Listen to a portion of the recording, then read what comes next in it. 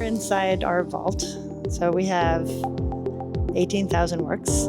They're not all here. We have about, I don't know, 5-6% of the collection is offsite, at an offsite storage area, because we've outgrown the space. And a lot of the works, when we first started collecting, photography was smaller. And then we built this vault in 1997, I think it opened, or 98, probably 97.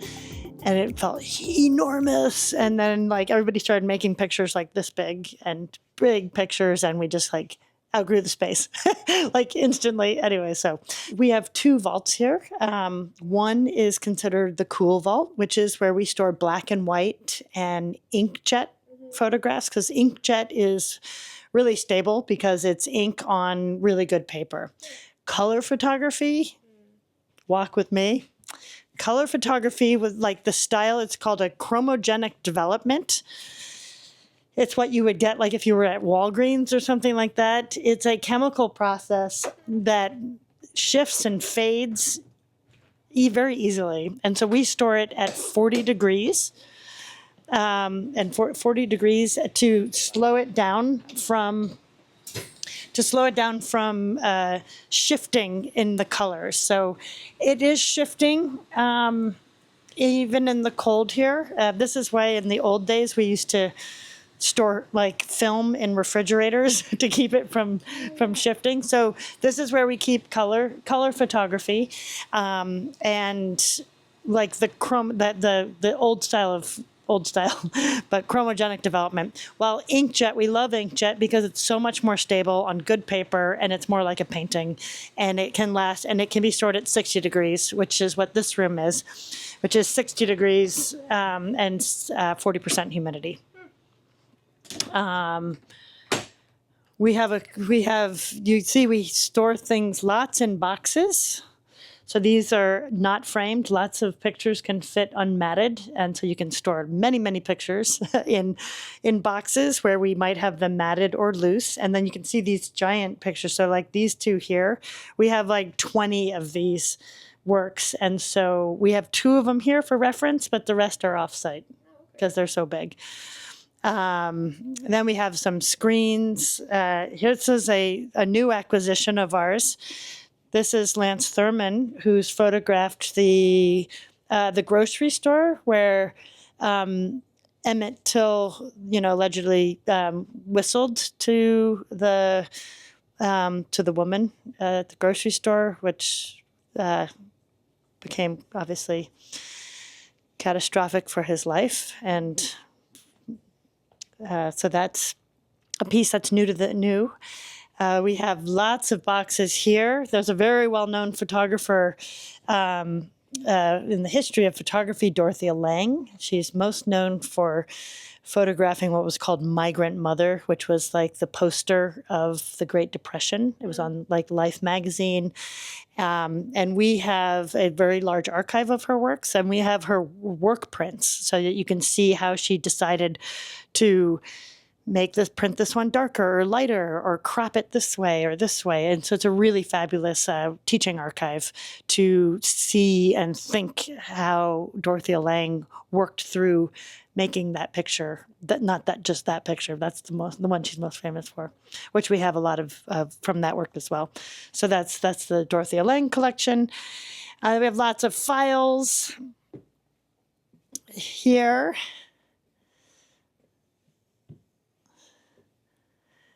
There's files, and then different, really, some great portfolios. Here's a portfolio of Ansel Adams that you've maybe know. Gary Winogrand, The Women Are Beautiful portfolio. Joel Peter Wick, and so some of them are listed on the outside. So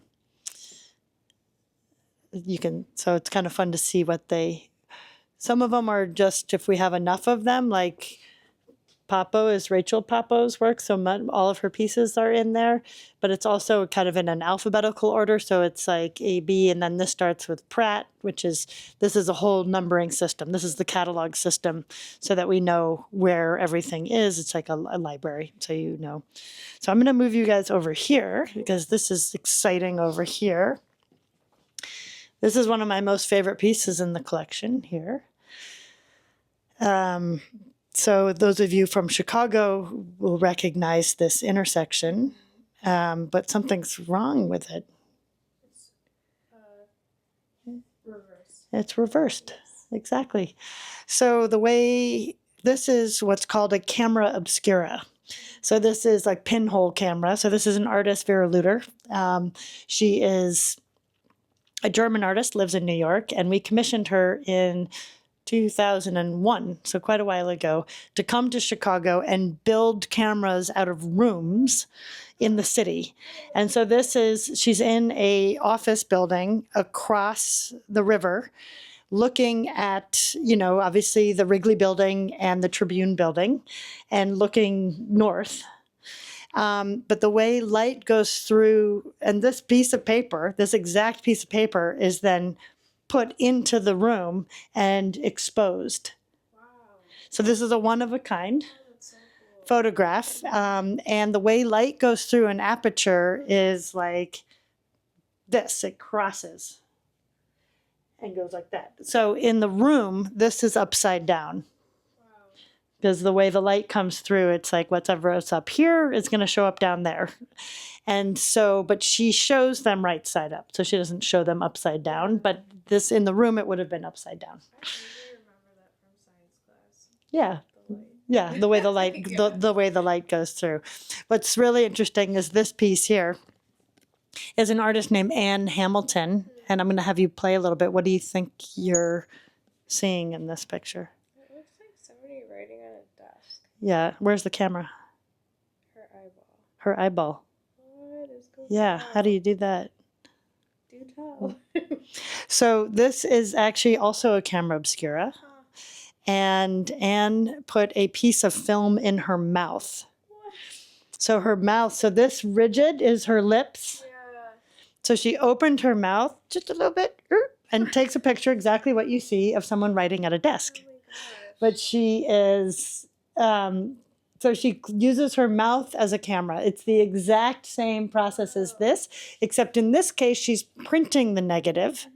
And that's why, so it's a positive.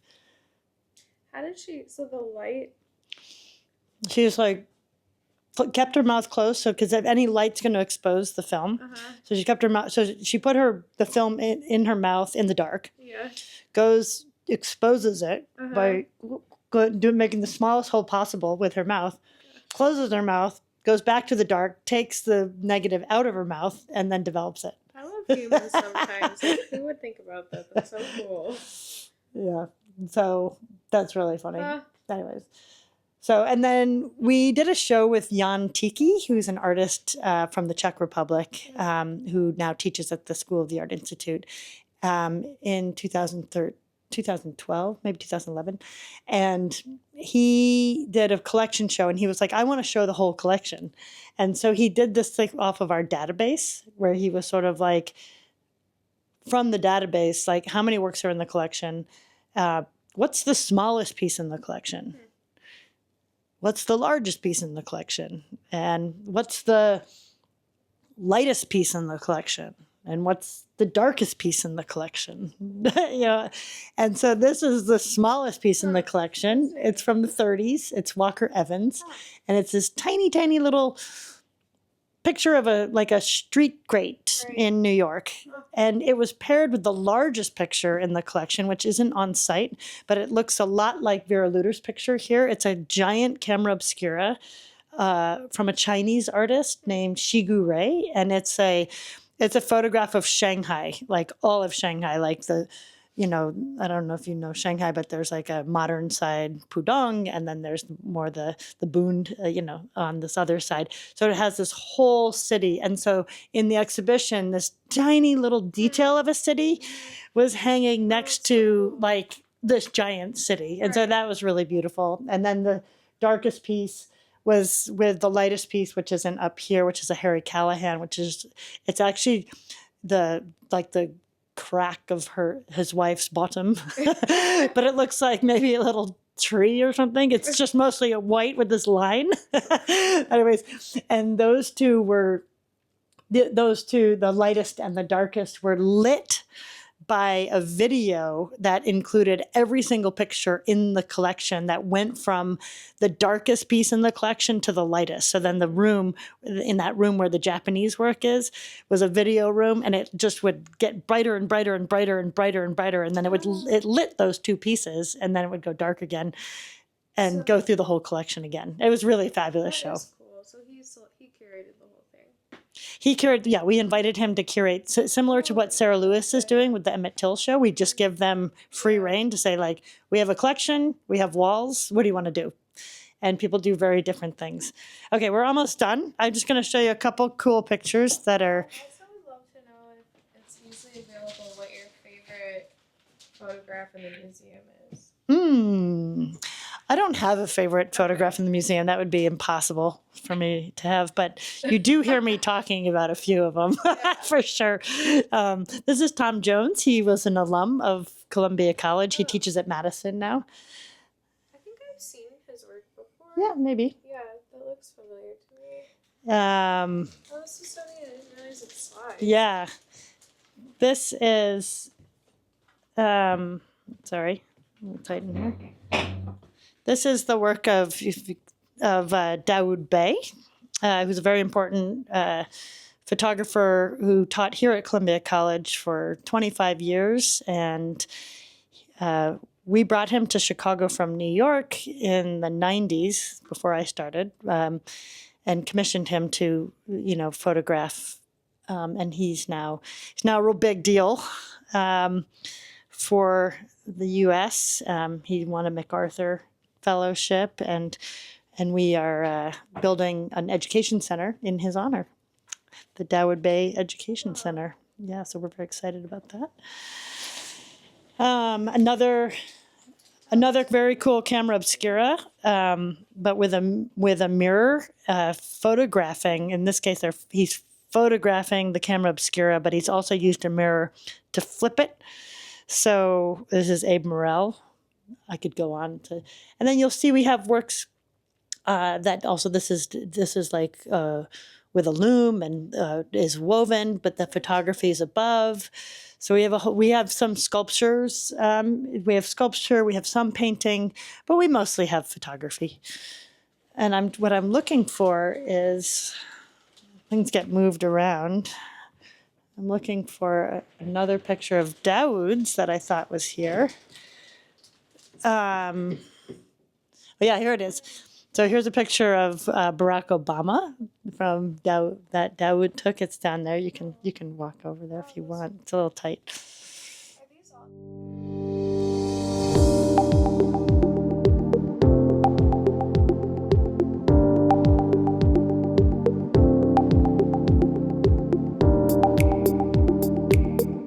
So much for having us today, Natasha. This was really beautiful. I highly recommend everybody come and check out this museum. Yeah, thank you very much. It's always one of my favorite things is to introduce people to the museum and what we do here. So thank you for coming and your interest. Thank you.